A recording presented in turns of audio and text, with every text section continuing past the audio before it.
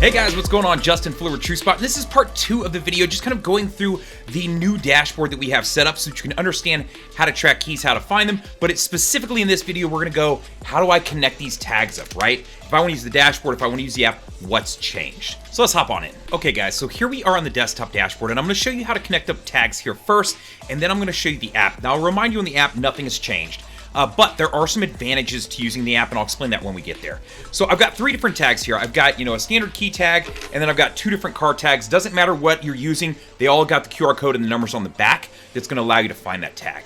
So on the dashboard, the first thing I'm gonna wanna do, for the sake of this, just to make life easy, is if I already know the stock number of VIN, I can type it in up top. If not, I can go to untagged vehicles over here on the side and untag keys.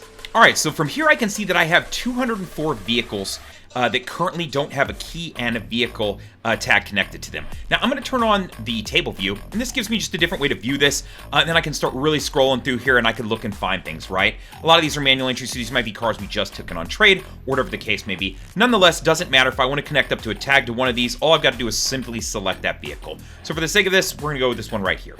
Now on here, it's not going to show anything over here on the map because we haven't connected a tag yet. But up here in the top center, there's going to be assigned vehicle and assigned key.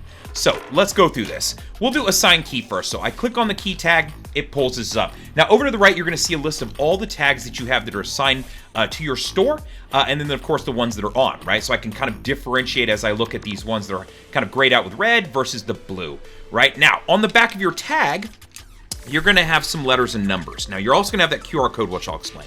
So on here, I would then have to look at the back of this tag and go, okay, this one is 1054F, and then I would have to go find it.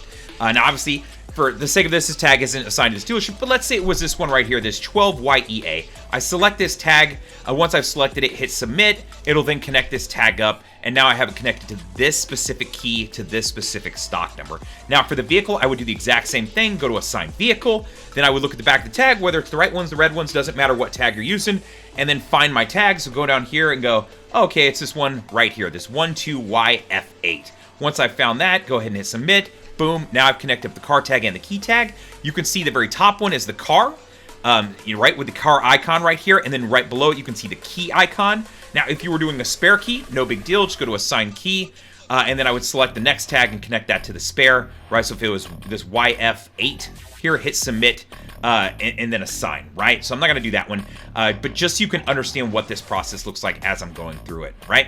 So I'm gonna go ahead and remove these since we've connected these up, and this is just kind of a demo to show you how, but now you can understand what this looks like, right? Very easy to do. The only thing that you really gotta worry about is that you're reading the numbers and letters on the back of your tag correctly, and that when you go to assign it, that you're finding that exact tag. Right? Very easy to think you clicked on this one and then you accidentally clicked on the one below it, or vice versa. Whereas the phone app, I'll show you in here in just a second, we can do something a little bit different.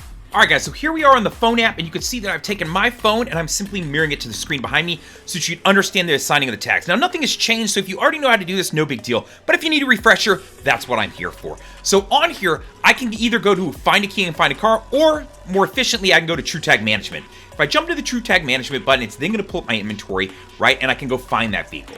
So for the sake of this, I could type in a stock number, type in a VIN, go through that on the search, or I'm just going to use this 2014 Acura ILX that's listed at the top. Now on here, you've got tag a key and tag a car. So we're going to start with the key. So I'm going to select that tag a key button, and then same thing. I could either search out what's on the back of that tag, or in this case, I can hit this little QR reader button. And if I select that, it's then going to open it, and all I've got to do is simply scan that QR code. Boom, once I've scanned it, it'll then connect this tag up. Now, obviously, this is a promo tag, so it's not registered to this dealership, which is good to know, because if you had a tag that wasn't, it would alert you this. But if not, it'll simply connect up, and then you'll see that key icon pop up letting you know it's been assigned.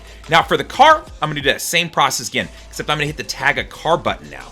So I'm going to select that, and then I can either type in the numbers or letters on the back, or I could hit that QR reader and then simply scan that tag. Once I scan it, boom, it'll assign it right where you would see it now if it was registered to this dealership. Once I've assigned both of these, you're going to see those icons appear. Now, what that's going to look like if you're not familiar with this is that when I jump in here, much like this 2017 Acura TLX right here, you can see that it has 2 vehicle tags because they use an OBD2 and they use one of these hang tags, and then additionally they have tagged the key as well, or the one right below it, right? You can see that just a simple setup. the car and the key has been tagged. All right, guys, so hopefully that gives you some basic understanding of connecting up tags, whether you want to use the dashboard or you prefer to use your phone to make life a little bit easier. Now, in part 3, I'm going to go over some different things here. This is where we're going to get a little bit deeper into the system health, right? How can I manage where the gateways are at? And how can I set up custom checkout dispositions, right? I want to be able to notate if a car has a dead battery, or if we're sending it off campus to maybe a third-party vendor, how can I make a notation so that my guys recognize that and we know as well, so that we don't think we potentially have theft or nobody can find the car when they're trying to show it, because in actuality, it's off-site at a different location. So hop over to part 3 and check that out next.